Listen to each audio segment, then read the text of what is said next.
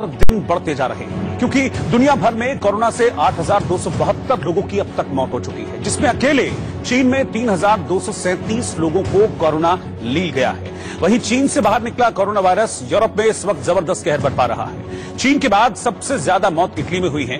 वहां 2,503 लोगों की कोरोना की वजह से जान जा चुकी है, जबकि इटली में कोरोना वायरस से 147 और लोगों की मौत हो गई है और वहां अब तक 1,135 लोग मारे गए।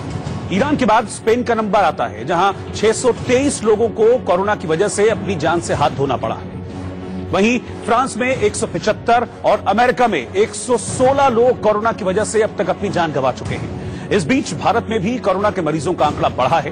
भारत में अब 151 लोग कोरोना से संक्रमित हैं, जिनमें 25 विदेशी नागरिक हैं, जबकि देश में अब तक 3 लोगों की कोरोना से मौत हुई है। जानकारी के मुताबिक चेन्नई में एक और शख्स इस वायरस से पीड़ित मिला है। विदेश मंत्रालय ने बताया है कि विदेश में 276 भारतीय कोविड 2019 वायरस से संक्रमित हैं। इनमें सबसे ज्यादा 255 भारतीय ईरान में ही संक्रमण की चपेट में आ गए हैं। वहीं अमेरिकी अंतरिक्ष एजेंसी नासा में भी कोविड 2019 घुस गया है, क्योंकि 2 केस मिलने के बाद नासा के 17,000 कर्मचारी घर भेज दिए गए।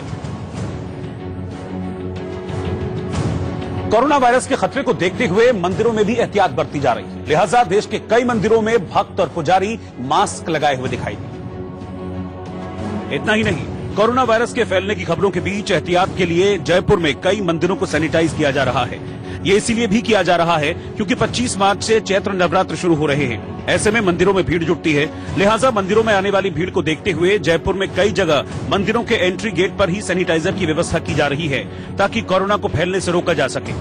वहीं मुंबई के सिद्धिविनायक मंदिर के द्वार भी श्रद्धालुओं के लिए बंद कर दिए गए हैं। 19 नवंबर 1801 में बनकर तैयार हुआ ये मंदिर बीते करीब 200 साल में पहली बार इस तरह से बंद किया गया है। वाराणसी में भी कोरोना की दहशत है। प्रशासन अपने स्तर पर पूरी तैयारी कर रहा है, जिससे लोगों को कोरोना से बचाया जा सके, लेकिन अभी भी वाराणसी के कई मंदिरों में भक्तों का आना जाना जारी है। हम बनारस के संकट मोचन मंदिर में हैं। मंगलवार का दिन है और आप देख सकते हैं कि भक्तों का जो सैलाब है, 10:30 बज रहे हैं और 10:30 बजने के बावजूद जो भक्तों का आवाजाही है वो पूरे सबाब पे है, पूरी तरीके से रस है। मंदिर के अंदर हम इसलिए नहीं जा सकते हैं कि यहाँ कैमरा अलाउ नहीं है, लेकिन बाहर जो मुख्य गेट से हम आपको दिखा रहे हैं, ये मंदिर के भक्तों के भीड़ की संख्या का आसानी से जायजा लिया जा सकता है। हालांकि कोरोना की दहशत से वाराणसी की विश्व प्रसिद्ध गंगा आरती में लोगों के शामिल होने पर रोक लगा दी गई है।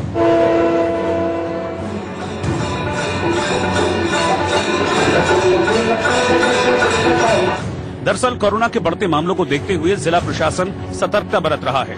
इसी वजह से गंगा आरती में आम लोगों के प्रवेश पर पाबंदी लगा दी गई है।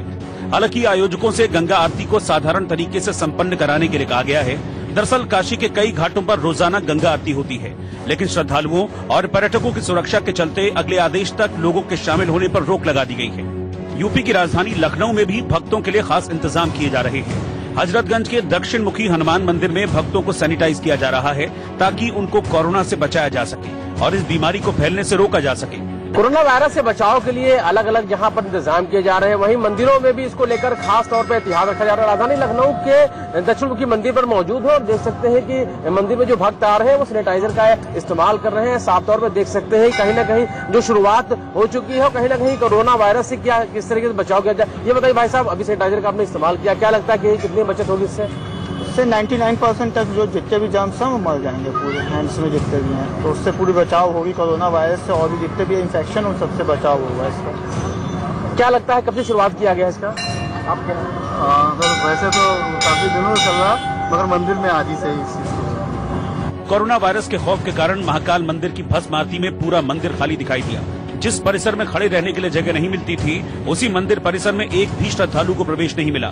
दरअसल सोमवार को ही महाकाल मंदिर समिति के पुजारियों ने कोरोना वायरस के खौफ के चलते निर्णय लिया था कि भस्म आरती में आगामी आदेश तक श्रद्धालुओं को प्रवेश नहीं मिलेगा, जिसके चलते पूरा मंदिर वीरान दिखाई दिया। कोरोना वायरस को लेकर जहां देश व प्रदेश की सरकारें अलर्ट है, तो वहीं उज्जैन के विश्व प्रसिद्ध महाकालेश्वर मंदिर की समिति ने भी आज एक बैठक आयोजित की है और कई महत्वपूर्ण निर्णय लिए हैं। यहाँ पर मंदिर समिति ने भस्म आरती में श्रद्धालुओं के शामिल होने पर पूरी तरह रोक लगा दी गई है। मैं इस वक्त मौजूद हूँ उज्जैन के विश्व प्रसिद्ध महाकालेश्वर मंदिर के नंदी हाल में। अब मैं आपको वह जगह बताता हूँ जहाँ पर यहाँ पर जो मंदिर समिति ने निर्णय लिए हैं किस किस प्रकार से लागू रहेंगे। ये आप सामने देख सकते हैं, ये बाबा का गर्भगृह है। इस गर्भगृह में भगवान की प्रतिमा स्थापित है, यहाँ पर पूजन पाठ होता है, अभिषेक होता है। तो यहाँ पर श्रद्धालु कल से पूरी तरह प्रतिबंध रहेगा। इसके साथ ही आप ये देख सकते हैं कि यह नंदी हाल है। यहाँ पर नंदी हाल में साथ ही सामने गणेश मंडपम व कार्तिक मंडपम, इन तीनों हालों में भस्मारती के दौरान श्रद्धालु बैठते हैं। इन हालों में अब कल से भस्मारती में श्रद्धालु पूरी तरह प्रतिबंधित रहेंगे। इतना ही नहीं, मंदिरों से श्रद्धालुओं को प्रार्थना के समय में कटौती करने, साथ ही भीड़ भाड़ वाली जगह से बचने का सुझाव भी दिया गया। दरअसल विश्व स्वास्थ्य संगठन की ओर से कोरोना वायरस को महामारी घोषित किए जाने के बाद से इस वायरस से देशवासियों को बचाने के लिए लगभग सभी धार्मिक स्थलों से विशेष प्रार्थनाएं की जा रही हैं। साथ ही लोगों से सावधानी बरतने को भी कहा जा रहा है।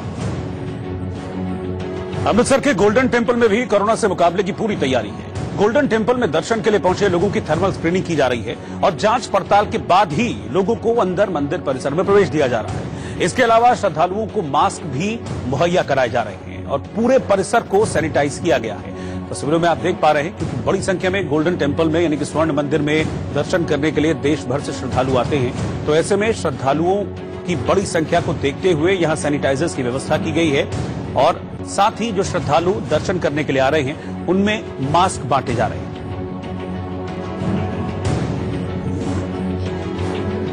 कोरोना के बढ़ते मामलों के चलते अब डर भगवान के दर पर भी देखा जा रहा है। देश भर में कई मंदिरों में श्रद्धालुओं की एंट्री बैन कर दी गई है। वैष्णो देवी की यात्रा पर अगले आदेश तक रोक लगा दी गई है। वाराणसी में गंगा आरती में श्रद्धालु शामिल नहीं हो पाएंगे, इसका भी आदेश जारी किया गया है। इसके अलावा हरिद्वार की बात करें तो यहां पर भी गंगा आरती में भक्तों के प्रवेश पर अगले आदेश तक रोक लगा दी गई है। अयोध्या में सरयू आरती फिलहाल सूनी रहेगी क्योंकि यहां भी भक्त आरती में शामिल नहीं हो पाएंगे। इसके अलावा बेंगलुरु में इस्कॉन मंदिर में भी श्रद्धालुओं की एंट्री को फिलहाल बैन कर दिया गया है। राजस्थान की अगर मैं बात करूं तो यहां के मेहंदीपुर बालाजी मंदिर में भी भक्तों के प्रवेश पर अगले आदेश तक के लिए रोक लगा दी गई है। इसके अलावा उज्जैन के महाकाल मंदिर के गर्भगृह में प्रवेश पर, श्रद्धालुओं के प्रवेश पर पूरी तरह से रोक रहेगी। साथ ही मुंबई में 200 साल में ऐसा पहली बार हो रहा है, ऐसा पहला मौका है जब सिद्धिविनायक मंदिर के द्वार बप्पा के भक्तों के लिए बंद कर दिए गए हैं और उसके पीछे वजह है कोविड 2019 यानी कि कोरोना वायरस। और यूपी की राजधानी लखनऊ के प्रसिद्ध दक्षिण मुखी हनुमान मंदिर के प्रवेश द्वार पर ही भक्तों को सैनिटाइज किया जा रहा है, उनको सैनिटाइजर दिया जा रहा है और इसके बाद ही उन्हें मंदिर में प्रवेश मिल रहा है। वहीं जयपुर के मंदिरों में भी एहतियात पूरी तरह से बरता जा रहा है और भक्तों को भीड़ भाड़ से दूर रहने को कहा गया। रूप ले चुका कोरोना वायरस का असर राजधानी जयपुर में भी देखने को मिल रहा है। राजधानी जयपुर के जितने भी जो मंदिर हैं वहां पर अब भक्तों की संख्या में काफी कमी आई है। मैं फिलहाल राजधानी के गणेश मंदिर पर खड़ा हूं, जहां बुधवार के दिन, जो कि आज बुधवार है, और अमूमन इस दिन यहां काफी खासा भीड़ देखने को मिलती है। कोरोना वायरस का जो असर है वो साफ तौर पर देखा जा सकता है। कुछ भक्त हैं हमारे साथ में जो यहाँ पर दर्शन करने के लिए आए हैं। क्या लगता है, यहाँ आज काफी भीड़ रहती है लेकिन आज काफी कमी नजर आ रही है? हाँ साहब, ये तो बोलना पड़ेगा, बुधवार के हिसाब से बहुत कम भीड़ है। क्या कारण है? कोरोना वायरस ही इसका कारण है? लगता तो यही है। एक और यहाँ आंटी हैं, आप यहाँ पर आए हैं दर्शन करने के लिए। यहाँ आमतौर पर खासा भीड़ रहती है लेकिन आज काफी कमी नजर आ रही है। लोग अब कोरोना अवेयर हो, प्रिकॉशन वो खुद रख रहे हैं। कुछ लोग जो डरे हुए हैं वो अभी तक घर पे हैं। अब जैसे हम यहाँ पर आए हैं तो हमें पता है किस तरह से प्रिकॉशन रखें। देखिए, राजधानी की जनता है काफी अब समझदार हो रही है, जागरूक हो रही है और पूरी तरीके से ये माना जा सकता है कि राजधानी में जो मंदिरों के अंदर जो लोग आ रहे हैं, भक्त आ रहे हैं, वो काफी कम संख्या में, जो इनकी अब जो संख्या है वो काफी कम हो चुकी है। और कोरोना वायरस का असर जो मंदिरों के साथ साथ में पूरे मार्केट में देखा जा सकता है। सहयोगी विष्णु के साथ ध्वज, इंडिया न्यूज, जयपुर। ऐसे में एक और कोरोना वायरस के कारण जहां लोग परेशान हैं तो वहीं कारोबार जगत की अगर हम बात करें तो हालत ठीक नहीं है कारोबार जगत की, क्योंकि कोरोना का सबसे ज्यादा असर पर्यटन क्षेत्र पर ही पड़ा है। विदेशी पर्यटकों के लिए यही समय भारत आने के लिए अनुकूल होता है, लेकिन फ्लाइट्स रद्द होने के कारण अब लोग भारत नहीं आ पा रहे हैं, जिसके कारण जो बुकिंग्स हैं वो कैंसिल हो रही हैं। एक रिपोर्ट के मुताबिक अब तक 15,000 करोड़ रुपए के केवल टिकट कैंसिल हो चुके हैं। होटल कारोबार भी कोरोना वायरस की वजह से काफी नुकसान में है, घाटे में है। एक अनुमान के मुताबिक होटल कारोबार अब तक 50% घाटा झेल चुका है। इस सेक्टर को अब तक 27,300 करोड़ रुपए का नुकसान हो चुका है। कपड़ा उद्योग भी कोरोना वायरस की इस वक्त चपेट में है और कारोबार 35% तक घट चुका है। कपड़ा उद्योग को करीब 12,000 करोड़ रुपए के नुकसान होने का अनुमान है।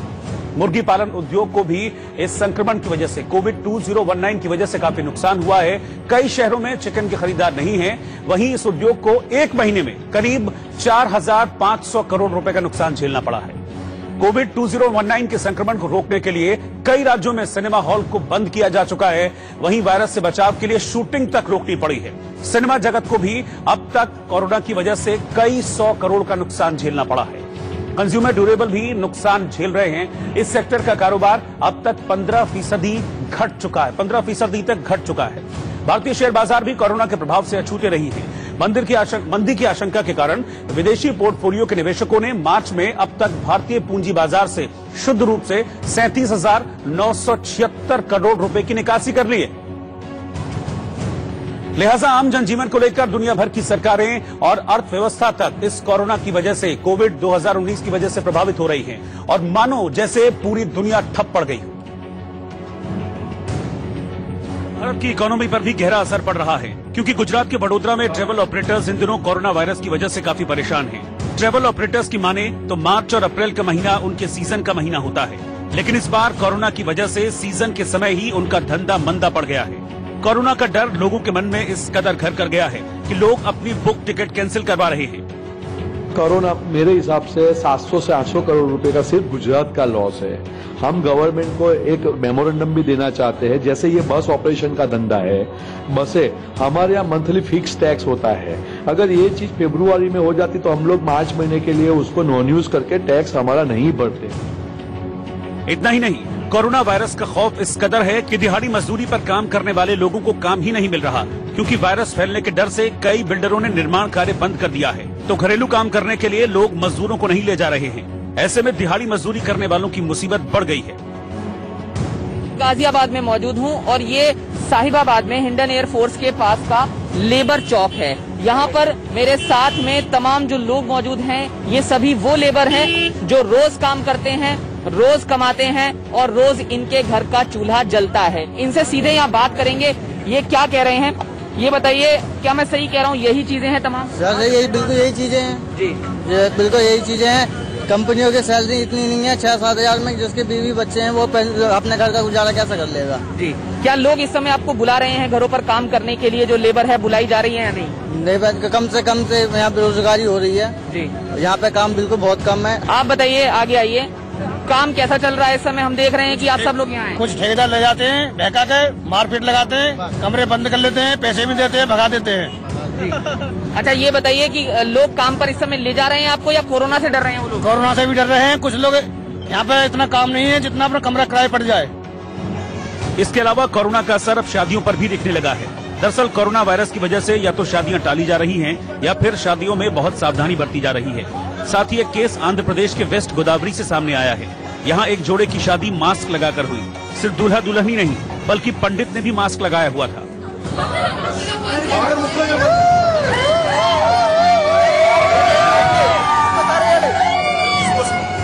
इसके साथ ही शादी में शरीक हुआ हर शख्स मास्क लगाए हुए दिखा। दरअसल कोरोना के कहर से बचने के लिए पहले ही तय किया गया था कि शादी में सतर्कता बरती जाएगी, जिसके बाद हर किसी ने मास्क लगाया हुआ था ताकि कोरोना न फैल सके। अब सोशल मीडिया पर मास्क वाली शादी खूब वायरल हो रही है। लोग दूल्हा और दुल्हन के फैसले की तारीफ कर रहे हैं। ये शादी तो मास्क लगाकर हो गई, लेकिन हजारों ऐसी शादियां हैं जो कोरोना की वजह से कैंसिल हो रही हैं, जिससे हजारों करोड़ का नुकसान हुआ है। वहीं कोरोना के देश भर में सबसे ज्यादा 41 मामले महाराष्ट्र में सामने आने के बाद मुंबई पुलिस ने पब, डांस बार, डिस्कोथेक और इस तरह के जो सार्वजनिक स्थल हैं उनको 31 मार्च तक बंद रखने को कहा है। लिहाजा इस इंडस्ट्री पर कोरोना की तगड़ी मार पड़ रही है। लोक नाम के एक डिस्कोथेक में हूँ जो कृष्णा पैलेस ग्रांट रोड में है और वहीं हम देखें तो कल से जो है ऐसे कई दूसरे और पब्स हैं। सांसदों का जो है यहाँ पर जो भी गाड़ी यहाँ पर अंदर प्रवेश कर रही है उसकी पूरी तौर पर चेकिंग की जा रही है और यहाँ पर देख सकते हैं थर्मल सेंसर, यहाँ पर थर्मल सेंसर के जरिए जो है चेक किया जा रहा है। और ये मेरे पीछे देख सकते हैं कि लंबी कतारें लगी हुई है जो सांसदों की गाड़ी यहाँ पर, क्योंकि यही रास्ता है जिसके जरिए जो हैं सांसद जो अंदर जाते हैं, लेकिन कोरोना वायरस का असर जो है यहाँ पर साफ दिख रहा है। पूरी तौर पर प्रिकॉशन बरता जा रहा है। कैमरामैन पंकज के साथ राकेश कुमार सिंह, इंडिया न्यूज, दिल्ली। हम इस समय मौजूद हैं संसद भवन के एनेक्सी के गेट पर और आप देख सकते हैं यहाँ पर थर्मल स्क्रीनिंग की जा रही है आने जाने वाले लोगों की। यहाँ पर पूरा इंतजाम है। क्या होगा इससे, किस तरीके से चेक करते हैं और इससे क्या मालूम पड़ेगा? सर, इसमें शरीर का टेम्परेचर वो बताया जाता है, जिससे हमारे को पता चल जाएगा। फिर डॉक्टर हमारे यहाँ टीम है जो किस तरीके से चेक करेंगे? आप देख सकते हैं यहाँ पर सभी के आने जाने वालों के टेम्परेचर चेक किए जा रहे हैं ताकि कोई भी संसद भवन में ऐसा ना घुस पाए जिसको कि किसी भी तरह का वायरस हो, किसी भी तरह का फ्लू या फीवर हो। यानी कि टेम्परेचर अगर किसी की व्यक्ति का है तो उसको संदिग्ध की अवस्था में रखा जा सकता है, उसको संसद भवन में प्रवेश नहीं दिया जा रहा है।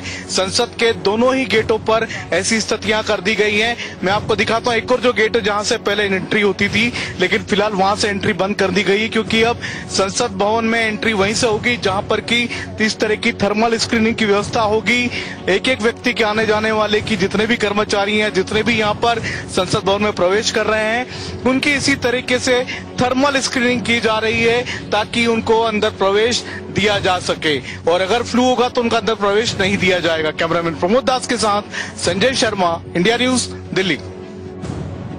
और एक दिलचस्प तस्वीर लखनऊ से सामने आई है जहां लोक भवन में मंत्रियों का कोरोना टेस्ट हुआ। इसमें सीएम योगी भी शामिल रहे। योगी सरकार के 3 साल पूरे हुए हैं और इस मौके पर सीएम और सरकार मीडिया से मुखातिब हुए। इस दौरान सभी का मेडिकल टेस्ट भी हुआ। सीएम योगी आदित्यनाथ के साथ डिप्टी सीएम केशव प्रसाद मौर्य का भी मेडिकल चेकअप हुआ। वहां पर मौजूद पुलिस अफसरों की भी जांच की गई।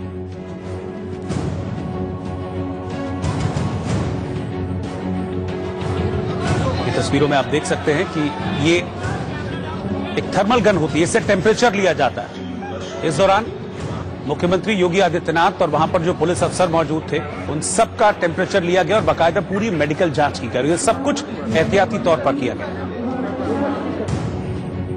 कोरोना से मुकाबले के लिए इस वक्त सभी ने कमर कसी हुई है। कर्नाटक विधानसभा को भी आपको बता दें कि सैनिटाइज किया गया है। कर्नाटक विधानसभा की सभी सीटों को और उसके बाद पूरे परिसर को सैनिटाइज किया गया। साफ सफाई ही कोरोना से बचाव का तरीका है, लिहाजा इस मामले में कोई भी लापरवाही कहीं भी नहीं बरती जा रही है। विधायकों की बैठने की जगह को भी इसी लिहाज से सैनिटाइज किया गया है। जो तस्वीरें आप देख रहे हैं ये कर्नाटक विधानसभा की तस्वीरें हैं जहां पर पूरे विधानसभा परिसर को, एक एक कमरे को, वो गैलरी जहां पर विधायक बैठते हैं, सबको सैनिटाइज किया गया। यानी कि वहां पर जो दवा है उसका छिड़काव किया ताकि कोरोना वायरस को खत्म किया जा सके। कोरोना का असर लखनऊ की चिकनकारी पर भी पड़ा है। देश भर में यहीं से चिकन के कुर्ते और तमाम अलग अलग तरह के सूट भेजे जाते हैं, लेकिन कोरोना के चलते ये धंधा मंदा पड़ा हुआ है। इसके चलते देश भर की तमाम इंडस्ट्रीज पे बुरा असर पड़ रहा है। हम बात कर रहे हैं अब उत्तर प्रदेश के लखनऊ में चिकन कारोबार की। हम इस पूरे मामले पर बात करते हैं चिकन कारोबारी से। सर, क्या नाम है आपका? संजोग जी, जब से ये कोरोना वायरस का खौफ बढ़ रहा है, क्या आपको लगता है कि इस चिकन कारोबार पर काफी बुरा असर पड़ रहा है? देखिए, बहुत बुरा तो नहीं बोलेंगे, लेकिन स्टार्टिंग हो चुकी है और इसमें अब धीमे धीमे पर डे जो है इसका असर दिखाई पड़ रहा है। अब जैसे अभी लेटेस्ट मॉर्निंग एक मैंने ऑर्डर परसों लिया था, वो पेमेंट भी एडवांस सारी आ चुकी थी, लेकिन आज ही मॉर्निंग फोन आया कि भी माल मत भेजिए, कोरोना वायरस के चलते माल बिकेगा नहीं अभी। उम्मीद है कि लगभग लखनऊ के चिकन कारोबार पे कितने का नुकसान आंकड़ा एक तरीके से कहा जा सकता है? आंकड़ा अभी तुरंत बताना मुश्किल होगा, लेकिन अभी कुछ टाइम बाद क्लियर होगा। लेकिन शुरुआत तो काफी जबरदस्त हो चुकी है। परसों भी इनफैक्ट मेरे एक फ्रेंड से बात हो रही थी तो उन्होंने कहा कि मतलब मुझे लगता है एक हफ्ते में जो मेरी सेल 10 लाख के आसपास होती थी वो 2.5 लाख रह गई है। लगभग कितने प्रतिशत का कहा जा सकता है गिरावट आ सकती है? 30% तो मुझे लगता है बोल सकते हैं अभी प्राइमरी स्टेज पे, फिर आगे भी है, बढ़ना ही है, घटेगा नहीं। तब तक कोरोना का खौफ है तब तक घटेगा तो नहीं। कोरोना की वजह से मेडिकल और इंजीनियरिंग की पढ़ाई के लिए फिलीपींस गए भारत के करीब 100 से ज्यादा छात्र मनीला एयरपोर्ट पर फंसे हुए हैं। इनमें इंदौर की अन्विता शर्मा भी शामिल हैं। फिलीपींस सरकार ने उन्हें 72 घंटे के अंदर देश छोड़ने को कहा था, जिसके बाद ये सभी छात्र एयरपोर्ट पहुंचे। उनको बोर्डिंग पास जारी किए गए, लेकिन इमिग्रेशन हो जाने के बाद उन्हें बताया गया कि फ्लाइट नहीं उनकी जाएगी और इसके बाद अब ये छात्र परेशान हैं और भूखे प्यासे वहीं एयरपोर्ट पर इंतजार कर रहे हैं कि कोई इनकी मदद करे। इन्होंने एक वीडियो के जरिए भारत सरकार से खुद को बचाने की अपील की। प्लीज हमारी हेल्प करें और हमें गवर्नमेंट से हमारी वो है गुजारिश है कि लाइक हमारे लिए कुछ करें, हम लोगों को वापस बुलाएं और जो कुछ हो सकता है गवर्नमेंट हमारे लिए करे। और जैसे हमारे मलेशिया में फंसे हुए दोस्त हैं उसी तरह हमारे लिए भी फ्लाइट अरेंज करे और हमें यहाँ से कैसे ना कैसे करके निकाले, क्योंकि बच्चे यहाँ बहुत डरे हुए हैं। यहाँ 6 महीने के लिए फिलीपींस को स्टेट ऑफ कैलेमिटी भी घोषित कर चुके हैं ये लोग और हो सकता है कि ये 6 महीने तक लॉकडाउन ना हटे। तो इस वजह से इंडियन गवर्नमेंट से हमारी रिक्वेस्ट है बहुत ज्यादा कि प्लीज प्लीज प्लीज हमारी हेल्प करें और हमें यहाँ से निकाल। कोरोना वायरस के कहर को देखते हुए सुप्रीम कोर्ट के जजों ने भी चिंता जाहिर की है। जजों ने सुप्रीम कोर्ट में भीड़भाड़ कम करने और लोगों को सतर्क रहने के लिए कहा है। जस्टिस अरुण मिश्रा ने सुनवाई के दौरान कहा कि औसतन हर 100 साल बाद ऐसा वायरल संकट आता है। घोर कलयुग में इस वायरस से लड़ना बहुत चुनौती भरा है। जस्टिस मिश्रा ने आगे कहा कि हमें अपने अपने स्तर पर इससे लड़ना होगा, इसका मुकाबला करना होगा। कोरोना से मुकाबला सिर्फ सरकार की ही जिम्मेदारी नहीं है। हम निजी तौर पर सतर्क रहें तो इससे लड़ सकते हैं, इसे खत्म कर सकते हैं। वहीं जस्टिस एमआर शाह ने कहा कि बजाय 5-6 साथी वकीलों के सीनियर एडवोकेट सुनवाई के दौरान अपने साथ एक ही वकील को कोर्ट में लेकर आए। भारत में कोरोना से मुकाबले के लिए सरकार तेजी से कदम उठा रही है, लेकिन इस जंग को अगर जीतना है तो आम लोगों को भी अपनी जिम्मेदारी समझनी होगी, अपनी जिम्मेदारी उठानी होगी। सुरक्षा और बचाव के कदम खुद भी उठाने होंगे। आईएमए यानी कि इंडियन मेडिकल एसोसिएशन के डॉक्टर वीके मोंगा ने बताया है कि अगर कोरोना तीसरी स्टेज पर चला गया तो भारत में लाखों लोगों की जान खतरे में पड़ सकती है। तो पहले पेशेंट्स आ रहे थे, मान लो चाइना से, उनको कोरोना पॉजिटिव आ रहा था। उसके बाद उन लोगों ने परिवार के लोगों को या अपने बिल्कुल संबंधियों को इन्फेक्शन दिया। वो इन्फेक्शन जो दूसरे लोगों को गया वो ट्रेसेबल है, यानी एक ने 2 को दिया, 2 ने 3 को दिया, तो वो ट्रेसेबल होता है। इसको फर्स्ट स्टेज तो वो है कि केवल बाहर के लोगों को गिनती कर रहे हैं। दूसरी स्टेज ये है कि जो बाहर से लोग आकर अपने घर वालों को, संबंधियों को इन्फेक्शन दे रहे हैं और वो हम ट्रेस कर पा रहे हैं कि पहला सोर्स ऑफ इन्फेक्शन कहाँ था, तो वो सेकंड स्टेज होगी। अब थर्ड स्टेज बड़ी क्रूशियल है। थर्ड स्टेज उसको बोलते हैं जब कम्युनिटी स्प्रेड होने लगे। कोरोना वायरस के खतरे को देखते हुए भीड़ भाड़ वाली जगहों को बंद किया जा चुका है, लेकिन दिल्ली के शाहीन बाग में नागरिकता कानून के खिलाफ धरना दे रही महिलाएं धरना खत्म करने को अब भी तैयार नहीं है। कोरोना वायरस के डर से कहीं ना कहीं अरविंद केजरीवाल और दिल्ली सरकार ने बहुत सारे ऐसे कानून यहाँ पे दिल्ली में लगा दिए हैं, जिसमें से ये भी कि 50 से ज्यादा लोग कहीं ना कहीं इकट्ठा नहीं हो सकते हैं। इसी के चलते बहुत बड़ा एक सवाल ये उठता है कि शाहीन बाग में जितने भी यहाँ प्रदर्शनकारी हैं वो यहाँ पे 50 से ज्यादा लोग हैं, तो इनका कोरोना वायरस से लड़ने के इन्होंने क्या उपाय लिया है? क्या अभी कुछ दिनों के लिए ये अपना प्रोटेस्ट हटा के रखेंगे जब तक कोरोना वायरस का ये पूरा कहर दुनिया भर से नहीं उठ जाता? इसी सब के बारे में बात करने के लिए हमारे साथ कुछ यहाँ पे प्रदर्शनकारी भी जुड़े, इनसे बात करेंगे हम जरूर। आप बताइए कि कोरोना वायरस का जो डर है वो कहीं ना कहीं बहुत ज्यादा फैल गया है, फिर भी यहाँ पे काफी हद तक जो प्रोटेस्ट है वो चल रहा है। 50 से ज्यादा लोग आप अभी भी मेरे को दिख रहे हैं, तो क्या ऐसे टाइम पर बातें ये उठ रही है कि क्या ये प्रोटेस्ट शायद थोड़े दिन के लिए रद्द नहीं करना चाहिए जब तक ये कहर नहीं चला जाता? तो रद्द तो कर देंगे, ठीक है। मेरे सरकार के क्या आपत्ति पड़ी है? क्या वो जो है वो तीनों काले कानून के पीछे क्या राज है? आज हम 3 महीने से यहाँ पड़े हैं, ये बीमारी भी आ गई, फिर भी वो पीछे नहीं हट रहे। क्यों नहीं अपना काले कानून रद्द कर रहे हैं? हम रद्द करें, अभी के अभी मिनट नहीं लगेगा, हम लोग घर में जाकर अपना सेफ हो जाएंगे। जैसे कि आपने सुना, कहीं ना कहीं इनका कहना यही है कि कोरोना वायरस तो इनके शायद घर पे भी हो सकता है, तो यहाँ से हटने की जरूरत इनको शायद नहीं है। अपने तरफ से ये कह रहे हैं कि इन्होंने सारे जो भी प्रिकॉशंस हैं वो ले चुके हैं कोरोना वायरस से बचने के लिए। कैमरा पर्सन अवधेश के साथ मैं आदित्य नायर, इंडियन न्यूज दिल्ली। और इस बीच पंजाब में जब सरकार को पता चला कि एक व्यक्ति विदेश से लौटा है और उसमें कोरोना वायरस के लक्षण दिख रहे हैं, तो उसको बहाने से घर के बाहर बुलाकर हॉस्पिटल ले जाया गया। हॉस्पिटल अब उसे कैसे ले जाया गया है ये आप खुद देख सकते हैं। देखिए कैसे पहले इस शख्स को वहां से निकाला गया किसी तरह से घर के बाहर और फिर पुलिस उसे जबरदस्ती पकड़कर अस्पताल ले गई। हालांकि डॉक्टर्स ने पहले जो थर्मल स्क्रीनिंग होती है वो की, उसका बॉडी टेम्परेचर लिया, उसके बाद जब देखा गया कि ये लड़का विरोध कर रहा है, ये शख्स विरोध कर रहा है, तो उसके लिए पुलिस दल पहले से ही मौजूद था। पुलिस ने उसे पकड़ा, हाथ और पैर पुलिस कर्मियों ने पकड़े, उसके चेहरे पर मास्क लगाया गया और उसे जबरदस्ती फिर इस वैन में डालकर ले जाया गया। दरअसल दिक्कत क्या है कि जो हमारे देश में कुछ लोग हैं उनके मन में एक डर है, एक आइसोलेशन जो शब्द है उस शब्द को लेकर एक डर लोगों के मन में फैला हुआ है कि हमको आइसोलेट कर देंगे, हमको अलग थलग रख देंगे, हमारे साथ न जाने क्या सलूक करेंगे। लेकिन यही समझने की जरूरत है कि आइसोलेट इसलिए किया जाता है, अलग इसलिए रखा जाता है क्योंकि ये संपर्क में आने से फैलता है। अगर आप किसी को छुएंगे, टच करेंगे तो कोरोना वायरस संक्रमित शख्स जो है उसका वायरस दूसरे शख्स में चला जाएगा। इसीलिए आइसोलेट करने की जरूरत है, इसीलिए उसको अलग रखने की जरूरत है। इसमें कोई डरने वाली बात नहीं है, लेकिन ये डर देखा गया और इस डर की वजह से ही पिछले कुछ एक दिनों में इस तरह के केसेस सामने आए हैं। फिर से देखिए इस वीडियो को देखकर समझिए कि इसमें डरने की जरूरत नहीं है। इसमें आप सहयोग करें, जो डॉक्टर्स है, जो मेडिकल टीम है, आप सहयोग करें तो आप तुरंत ठीक होकर घर जाएंगे। क्योंकि हिंदुस्तान में कई ऐसे मामले सामने आए हैं, तकरीबन 14 से ज्यादा लोग ऐसे हैं जो ठीक होकर अपने घर गए हैं इन आइसोलेशन वार्ड से। तो किसी भी तरह से डरने की या पैनिक होने की जरूरत नहीं है।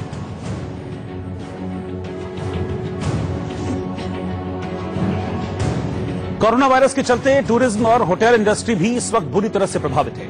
हर साल भारत में 12 मिलियन लोग गर्मी की छुट्टी में विदेश जाते हैं और 5 लाख से ज्यादा विदेशी इसी सीजन में भारत आते हैं। लेकिन कोरोना ने एविएशन के साथ पर्यटन और होटल इंडस्ट्री को मानो चौपट कर दिया है।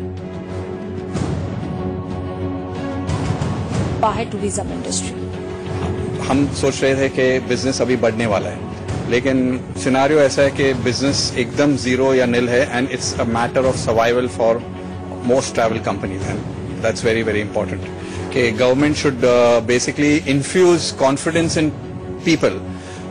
फॉर एग्जांपल कल हमारे प्रधानमंत्री ने बहुत अच्छा इनिशिएटिव लिया था कि उन्होंने सार्क लीडर्स के मीटिंग में $10 मिलियन कमिट किया है to fight corona virus. Maximum employment impacted is through tourism. As per World Travel and Tourism Council, they expect 50 million jobs will be lost because of the current coronavirus scenario worldwide, and a large number or fraction of this loss. और एक छोटे से break के बाद लौट रहे हैं फौरन वापस।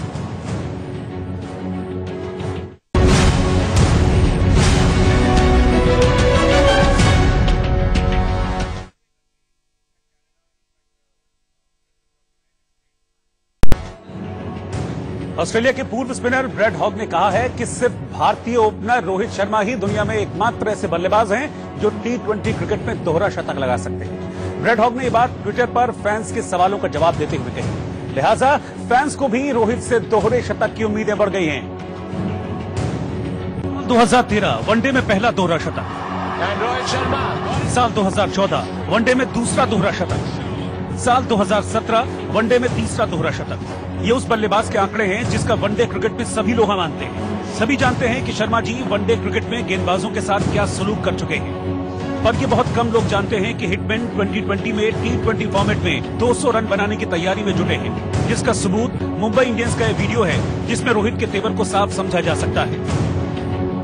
T20 फॉर्मेट में रोहित के दोहरे शतक की शपथ को पूरे होते पूरा विश्व देख रहा है। पूर्व ऑस्ट्रेलिया स्पिनर ब्रेड हॉग ने ट्वीट कर लिखा, रोहित शर्मा T20 में 200 रन बना सकते हैं। उनके स्ट्राइक रेट और टाइमिंग शानदार है, वो शानदार शॉट्स खेलते हैं। यही नहीं, पूर्व तेज गेंदबाज जहीर खान और पाकिस्तान के पूर्व तेज गेंदबाज शोएब अख्तर रोहित से बड़ी उम्मीदें पाले हैं। आपका नाम क्या है? अरे भाई आप तो जानते हैं रोहित शर्मा। अच्छा रोहित शर्मा, मैं क्या इसके आगे जी लगा रहे हैं, ग्रेट रोहित शर्मा करते हैं। क्यों? क्योंकि तेरे से बड़ा बैट्समैन पूरे हिंदुस्तान में कोई नहीं है। वो कहते भाई आपको पूरा यकीन है कि ऐसा ही है जैसा आप कहते हैं? मैंने कहा बिल्कुल ऐसे ही जैसा मैं कहता हूँ। 3 times, double on the price. He's a special player. You know, that it's an asset to have, and a player in such form, any team would want inside. Rohit के T20 में दोहरा शतक लगाने की उम्मीदों को और बल मिलता है जब आंकड़ों की किताब के पन्ने पलटे जाते हैं। वनडे क्रिकेट में लगाए गए तीनों दोहरे शतक में रोहित ने 130 के ऊपर का स्ट्राइक रेट बनाए रखा। वहीं शतक से दोहरे शतक तक पहुंचने में रोहित का स्ट्राइक रेट 200 के पार चला जाता है। यानी रोहित 120 गेंदें खेलें तो आप अंदाजा लगा सकते हैं कि हिटमैन की पहुंच से 200 रन दूर नहीं। दोहरे शतक लगाने के दौरान रोहित अंतिम 7 ओवर में 309 के स्ट्राइक रेट से रन बनाते हैं। इतना ही नहीं, रोहित T20 में 4 शतक लगा चुके हैं। 137 की स्ट्राइक रेट के साथ रोहित T20 में बैटिंग करते हैं और पारी की शुरुआत भी करते हैं। यानी T20 में सबसे ज्यादा गेंदें खेलने को मिल सकती हैं, जो दोहरे शतक की संभावनाओं को बल देता है। साफ है, आंकड़े और रोहित के बड़े स्कोर बनाने की काबिलियत ही उन उम्मीदों को हवा दे रहे हैं, जहां क्रिकेट एक्सपर्ट्स को रोहित T20 फॉर्मेट में दोहरा शतक लगाते नजर आ रहे हैं। और अब चलते चलते आज का गीत। अपने अभिनय से लोगों को दीवाना बनाने वाले शशि कपूर की आज जयंती है। 60 और 70 के दशक में उन्होंने जब जब फूल खिले, शर्मीली और दीवार जैसी कई हिट फिल्मों में काम किया था। आपको उनकी फिल्म के इस खूबसूरत गीत के साथ छोड़े जा रहे हैं। नमस्कार।